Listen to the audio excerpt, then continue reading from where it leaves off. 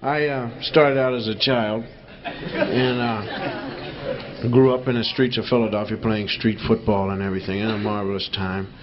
And let me tell you about my pair of shoes. The first pair of shoes I ever had that I played football in, street football. We didn't have any sneakers. There was only one kid in our neighborhood that had a pair of sneakers. His name was Rudy.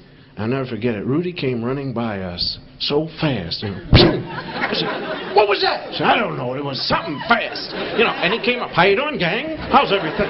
"It's good to see you." What do you got on?" "I got on sneakers. See that? They make you run fast. You can run, stop on a dime. I give you 9 cents change. And I can keep going. And you see these little rubber balls on the side there? Yeah, well, they keep me from making sparks, setting my pants on fire, because I run so fast, But we always had like a second pair of shoes to run in. Second pair of shoes used to be the best pair, but now you go and you get a good pair, and they become the seconds, you see. You wear out the sole, take them to the shoe repairman, and instead of putting leather on, he puts on a rubber sole, which is cheaper, and at the same time, it's better for you to run in, because rubber, you can stop. So there's a difference the way they put on the sole. Now leather, they sew. Rubber, the shoe repairman tacks. So when you run and play, you don't wear the sole out as fast as you wear out the heads of the nails that hold on the sole. So when you do wear out the sole, wear out the nails, the sole flaps down. And when you walk, it's embarrassing because your shoe flaps. You flap, flap, flap, like that, Now, if you got a pair of corduroy pants on, you turn into a one-man band, flap, flap, flap, that kind of thing.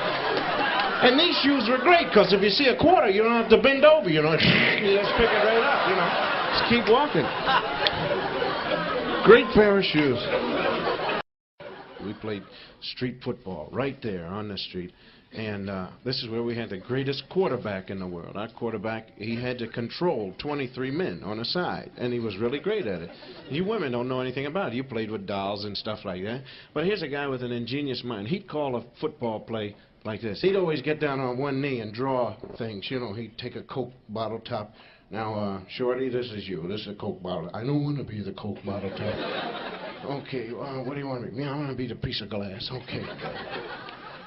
Now, listen to this now.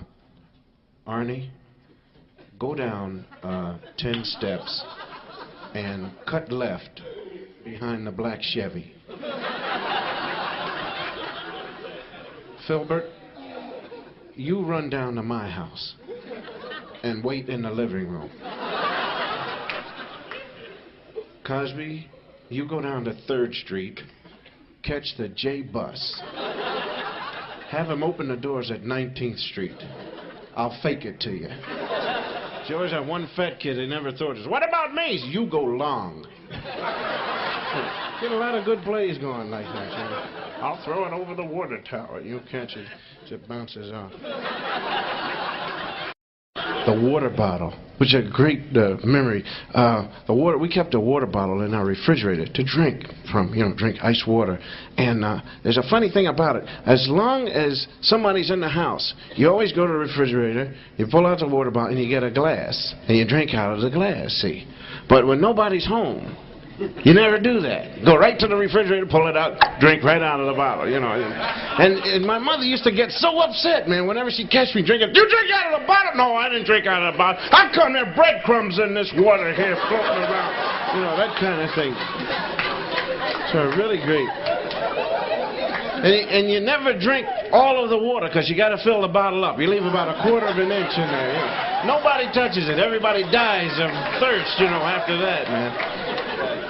Christmas time. I remember my brother and I, James, we slept in the same bed, not only at Christmas time, but always. And, parents are funny because kids have a great time. It's like around 9 o'clock at night. That's when kids, I really had a great time. We were laughing and giggling and bumping our head, having a great pouring water on each other. And the first thing the parent says, "You're getting silly. Go to bed." They don't understand. Why? How come we're having fun? "No, we want you to look like us. Be evil, smoke, drink, that kind of thing." But now, I remember waiting for Santa Claus. Now, Santa Claus to me was a great man.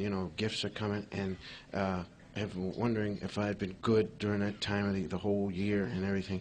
And we couldn't wait for Santa Claus to come. And his heart's really tom tom tom tom tom tom. You know, Santa Claus is coming. I wish he'd come now. You know, and the clock stops. It just stops. He never comes. She said, "Well, now, for Santa Claus to come, let's go to sleep now. Yeah, about 3 o'clock in the afternoon. Try and go to sleep. You know, run upstairs and jump into bed. You ever really try and go to sleep? Nothing. You know." And then you start talking.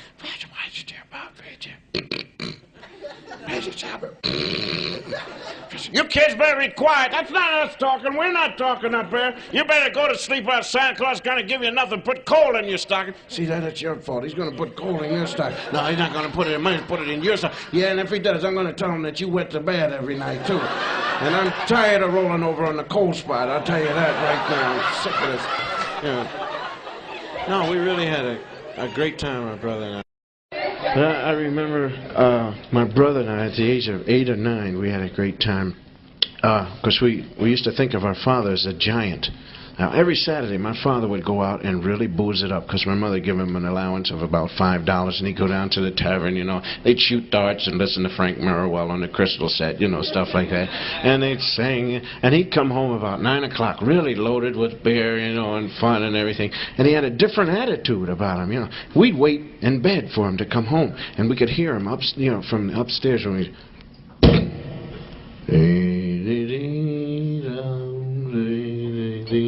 and he'd come in and he'd speak to my mother. "Hello, my dear, how are you?" You know, she wouldn't speak because he's juice. You know. You could hear him go upstairs and boom, boom, boom. We'd look at each other and say, "The giant is home." He'd go past our bedroom into his room, you know, and you could hear him trying to take off his clothes. He'd drop his trousers. Chink! The giant has money. We'd wait for him to go to sleep, you know. He'd crawl into bed. "Oh, merciful Father." You could hear him snore. When my old man drank and really got boozed up, you could... You know, and he'd breathe so heavy that the whole house, everybody in the house would breathe with him, you know. And he would do a thing that you call chain stoking, which is you breathe and then you stop. You know, and he used to bug us, really. He goes, "Dad! Breathe so we can breathe." "Oh, thanks a lot. Gee whiz," you know, that kind of thing. But he'd go to sleep, and my brother and I would crawl into the room. You know, it was a big operation for us, hearts thumping, boom, boom, boom. We'd go through his pockets and steal him blind. Man, we'd run back in the bed and jump and split up the money. 85 cents, isn't that horrible? You know, and he never caught us, never did. No, one morning he caught us. He really did. The giant caught us. I'd heard him. He woke up, looked through his pockets. "Fee, fi, fo, fum. Who stole my dough?" "Did you take my dough, wife?" "No, I didn't." "The kids take my dough?" "I'll beat the kids for this. Let me get my belt. Leave the children alone." "Why? You in it with them?" "Yes, I get 20%. Oh, we used to take a lot from her dad. I worked in the operating room, and doctors make mistakes like anybody else. You know, I'm not knocking them. They make mistakes. Now, what would a doctor say if he makes a mistake? You know, like, especially in surgery, when a guy's operating. Now, you know, a mechanic will mess up something and say, "Oops," you know, that kind of thing. What's the doctor say when he cuts the wrong thing? You know, the guy's operating, and it's local anesthesia. You know, the guy's just awake down there reading a magazine or something. And, you know, they're operating on against strobers, shapes, cabs, stern to the side, tracks, oops. And the patient said, "What did you say?" "Nothing, just lie down." "What did you say?" "Did you say oops?" "Don't worry, I've said oops before. I know what I've done when I've said oops. Now what did you do saying oops there?" You know, that kind of thing, man. Really weird. There was one guy that I always worried about, and this is a Lone Ranger buddy, Tonto. Now, Tonto, to me, always was like, I would say to Tonto, you know, why does he do the same thing? Because the Lone Ranger would always say, "Tonto, yes, Kimasabi, I want you to go to town." You know, and every time he'd go to town, the bandits would beat the snot out of him. Oh, they'd give him, "Nice to have you in town, Tonto." You know, and he'd go back, and the Lone Ranger'd look at him. "Oh, my goodness, Tonto, you know, did you get the information?" "Yes, me have information." You know, that kind of thing. And I'd always holler in the radio, Tonto, don't go to town. You know, they're going to beat you up again, man. You know, just one time. Tonto, yes, Kemosabe, you go to town. You go to hell, Kemosabe. I want you to get the information. What is information? Information say, Tonto, no go to town. That's what information says. Do you ever figure out what would happen if these two guys ever went into a town and there was no violence? There's nothing to do but get drunk, you know. Lone Ranger and Tonto really knocked out, you know.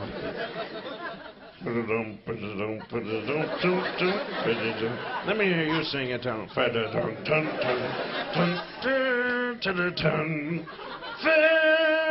Oh, shut up.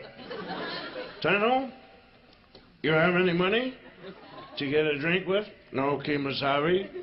Why don't you use your silver bullets? Ha, ha, ha, ha, ha, ha.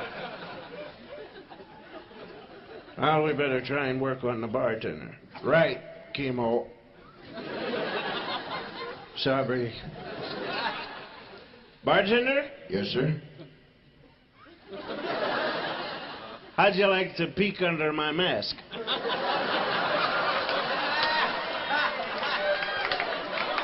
Take a look at this. How about that, huh? And there's another problem that evolves. How about Silver, the Lone Ranger's horse? Now, the Lone Ranger thinks nothing of running and jumping on Silver and chasing after a bandit that has at least an 8 or 10 mile lead. You know, and Silver must get awfully peeved at this, you know, because it's embarrassing, you know, to chase after a horse that has an 8 mile lead. And you can always say, Masked Man, yes, what is it? The best, what is it?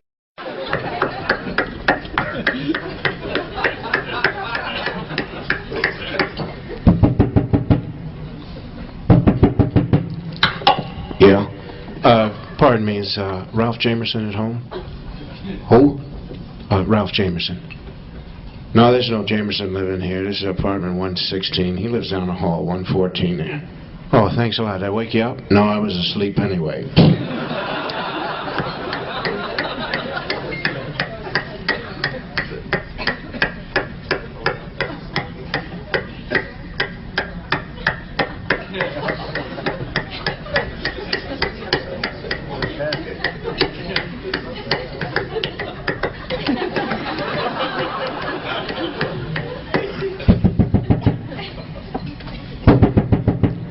Yeah. Pardon me, what number did you say that was again?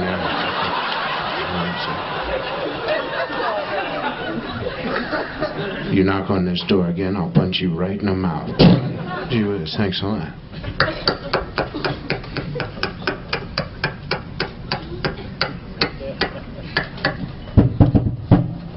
Yo, Ralphie, open up, it's me, Charlie. Open up. Better try the knob, I know he's home. Hey, listen, Ralph. Ralph, did you lift? That's gas. Ralph, are you okay? I can't breathe. Better crawl on the floor like I saw the guys do in the movie. Ralph, are you idiot? Lift the gas on. I can't see. Better light a match.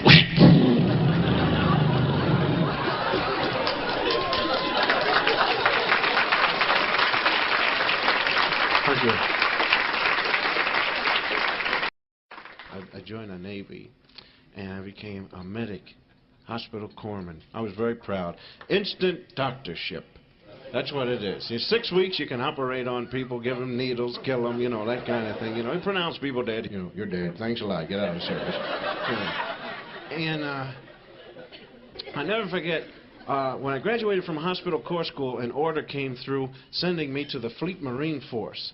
This means I am going to be a medic. I was very proud of it because I know that I read the Geneva Convention, and there's a small print and everything. It says, in the Geneva Convention, you cannot shoot a medic.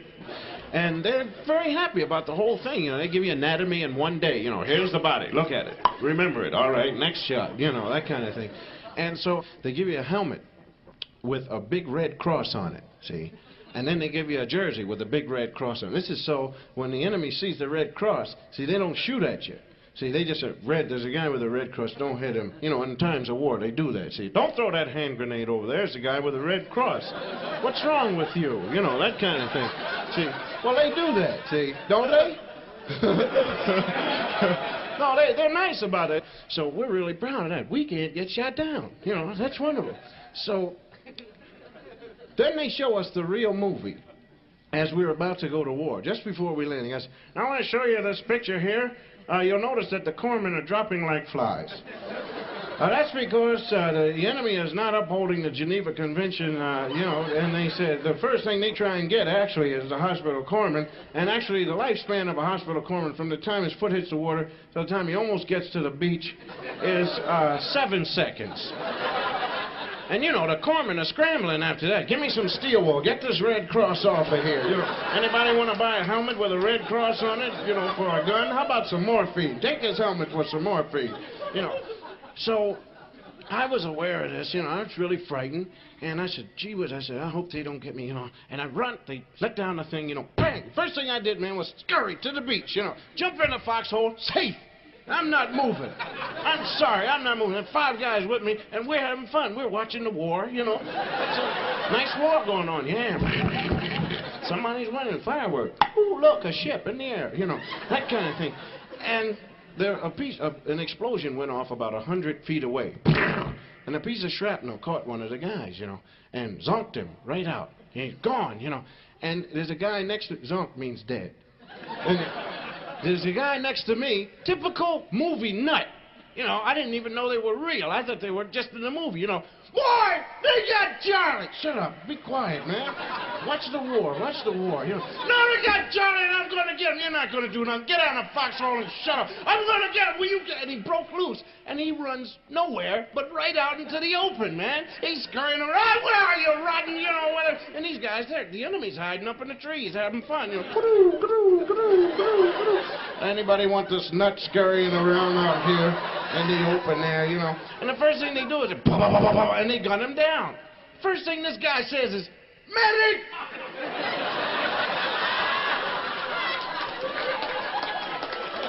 I said, what do you want? My leg. I don't make house calls. Take 2 aspirin and mail in the $5. No, it's a true story. Just to prove that people are weird, I went out and I bought a rhinoceros.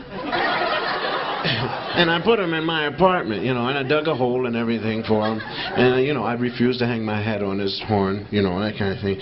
And just to prove to you, some people are weird enough that they'll pretend that a rhinoceros in the living room doesn't excite them. Now, you get people like that guy will walk by and say, oh my, you have a rhinoceros, huh? We used to have a rhinoceros. Take the rhinoceros for a walk, you know, and some drunk always gets after it. Oh, boy, that's a weird-looking dog you got there. Does he bite? No, but he'll ram the hell out of you. That's what he'll do. Half man, half animal. Wolfman, right? And here's a guy that I sympathize with because he can never remember his rhythm pattern. He's walking around as a normal human being, then the moon comes up on it. You know. Now, a guy like that has got to be embarrassing to his family. You know, he's sitting around eating dinner and the moon comes up. So, oh, Pop, were you going out in the yard someplace like that? How about if he's getting a haircut, man, as a normal human being, right? Barber's giving him a haircut, and the moon comes up. Oh, hey, this is going to cost you an extra $8 after this. So, well, make it light around the legs, will you, please? Speaking of death, I was thinking now, they had a problem. Elaine May and Mike Nichols did a bit on funerals and how expensive funerals are. And I was thinking, you know, it's kind of weird that people should complain about the price of funerals because it's your last thing anyway, and you want to splurge. You want a beautiful funeral. I do. Everybody does, you know. And I was thinking, like, it would be great. The silly thing, really, about a funeral is the fact that people go in and they see you in the casket, stoned away, you know. Nothing but a rigor mortis face there, you know. And they look at you and they come out and they say, didn't he look like himself? Which is sickening, you know. Because, like, if you put yourself in bed like that and you really set up, you know, lie down in the bed like that, people would see, they say, he's dead. They wouldn't say, doesn't he look like himself? No. You know, people say, I thought you were dead. No, I was just sleeping like that. Well, don't sleep like that anymore. You know, because you look like you were dead. So I was thinking now, for the people that always feel, didn't he look like himself? For $50, an extra 100 or something like that, what you ought to do is hook up a tape recorder, you know, and play it so you can talk to them as they go by. You know, hi, how have you been? Don't I look like myself? You know, aren't I wonderful? It's good to see you. You know, and just keep it running like that for those people, you know. And maybe for an extra $200, you name names, you know. Hi, Bob. How's the wife and kids? You certainly do look great. Don't I look like myself? You know, that kind of... Well, it's sick, but it serves a purpose, you know. Because I can't stand, you know, so how'd he look? He looked dead, I'll tell you the truth. And he really looked dead, you know. But when I was in, like I said, in the Navy, I was on a ship. And the thing that really caught my attention was a burial at sea. And it seemed like a cheap thing to do, because I didn't understand it. They put the flag over the body, see, and they marched the guy out, you know, and they put it on the edge, and then they, you know, the chaplain or whoever's gobby, and then they, you know, and they dumped the body into the water. Well, the flag stays. I thought the flag was supposed to go with the guy, you know, and it must be embarrassing to a guy that dies, you know. That's a cheap thing to do to me, you know, put a flag over, you promise him he's going to sea with the flag, and then, now for my next magical trick.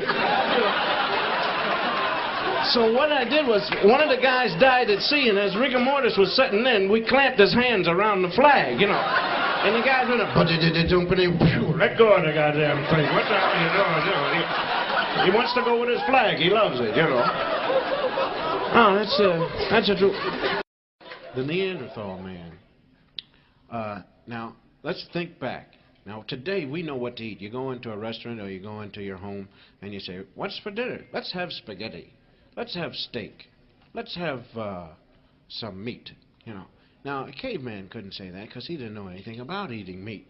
He didn't know anything. He was just out there, you know, just right out there. Hey, I am a caveman, and I'm out here, you know, that kind of thing. And the rain would come down. He didn't know what rain was. Oh, what is that? Run and hide, you know, that kind of thing. So it's all right. It's soft. Feel it. Oh, yes. Isn't it wonderful? You know, and then a hailstorm would come down and fool them all, you know. Oh, hey, that hurts, you know. Hard water. You know, that kind of thing. So I figured the only thing that they knew how to eat, you know, like the bushes were there for them. So they just eat bushes every day, bushes. And they must have gotten tired of bushes, you know. I guess, oh, this is rotten, these bushes. They're the worst bush I've ever had in my life, man. See, don't eat that bush because you'll get a rash from it. It'll make you break right out. It's terrible, you know. Get the bush and, you know, boy, pie. You know, and the guy would go home from a hard day's work or doing something, you know, and he said, what's for dinner? Bushes. Oh, yeah. I'll die first. I'd rather die than eat bushes, you know. So then they had to go out and get something else. So some guy says, hey, why don't we try meat? And the guy says, okay. So then that's when they went out. But now they must have made a couple of mistakes. See, they must have attacked the wrong animals. So we see, basking away in the sun, 2 saber-toothed tigers. And one tiger talks to the other. Hey, Arnold. Yeah? Don't look now. But over your right shoulder, there's a Neanderthal man sneaking up behind us. And he's got a stick in his hand. And he's going to hit one of us. Say what? That's the same nut that hit me behind the ear with a rock and run like hell yesterday. You know, they killed Ralphie yesterday. Ralphie? Who's Ralphie? You know Ralphie, that weird saber-toothed tiger. Lives over the hill. He only has one saber. And he growls with a lisp. Says, arf. They killed him yesterday. Oh, that's terrible. Yep. Then they cut his fur off and they threw him in the fire. Oh, that's horrible. Yeah, and then they drug him out of the fire and they ate him. What a bunch of savages. I'll tell you what we'll do. Let's get up and start growling and making a whole bunch of noise. All right? What's he doing now? He's eating bushes. That's what he's doing.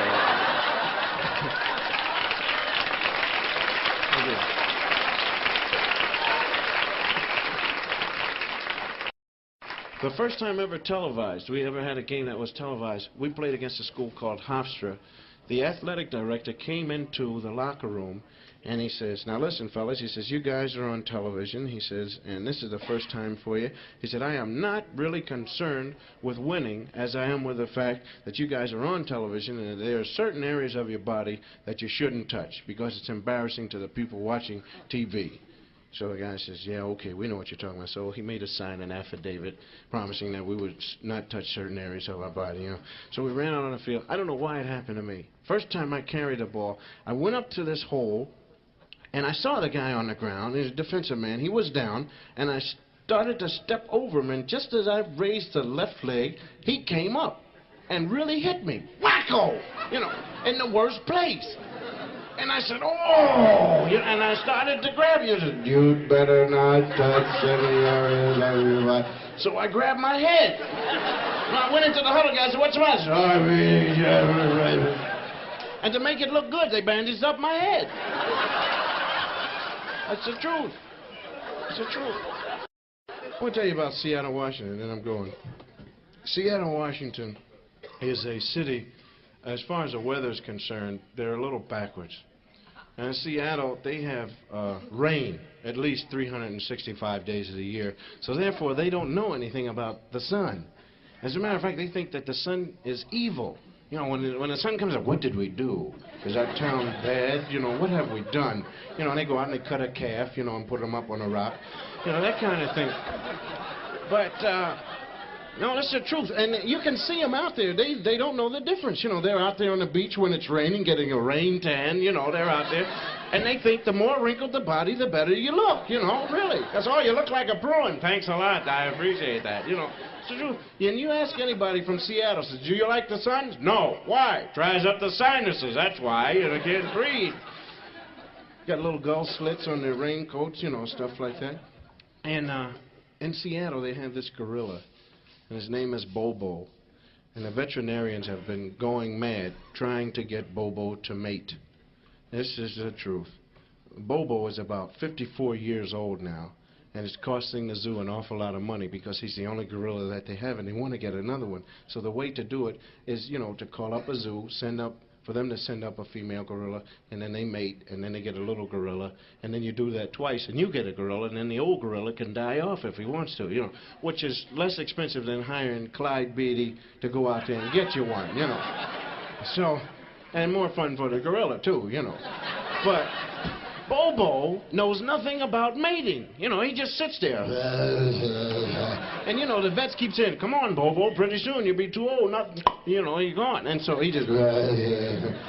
And as a matter of prestige, too, other zoos keep calling up, and they know about Bobo, and they keep making fun of him. You know, it's, nah, nah, nah, nah, nah, your gorilla don't know nothing, you know, that kind of thing.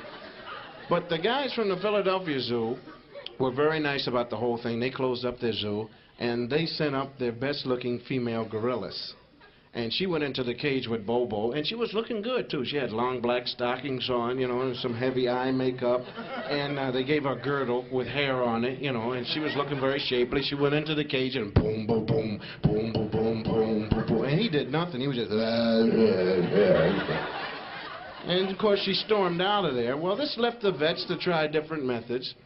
And one guy thought he had a good thing going. He went in and he read him dirty stories. And that didn't work, even the parts underlined. And then another guy went in and he showed him some gorilla stag movies. You know, where the gorillas have black tape across their eyes so you can't tell who they are and nothing like that. And he walked out in the middle of the stag movie, and the last method they tried was they took some darts and they dipped them into this special gland-secreting stuff that they got from an old sailor. There's a box marked Tijuana COD, you know. And they took the darts and they threw them and hit him in the back. And the darts did nothing to him. He just pulled away and pulled them out, and he threw them away, and they hit a hippo. And the hippo went wild. I mean, everything. Birds, trees, grass, garbage cans. He was all over the place there. As a matter of fact, they have some of the weirdest looking animals out in that zoo now. They have a giraffe with a hippo's head, and his neck can't hold the head up. You know, it keeps going down on the ground. That's a true story, though.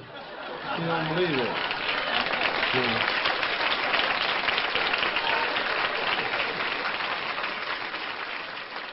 Thank you. Hey, if you like that video, don't subscribe here. Subscribe to the Amateur Amateur Show, our ever-growing sketch comedy channel. Thanks.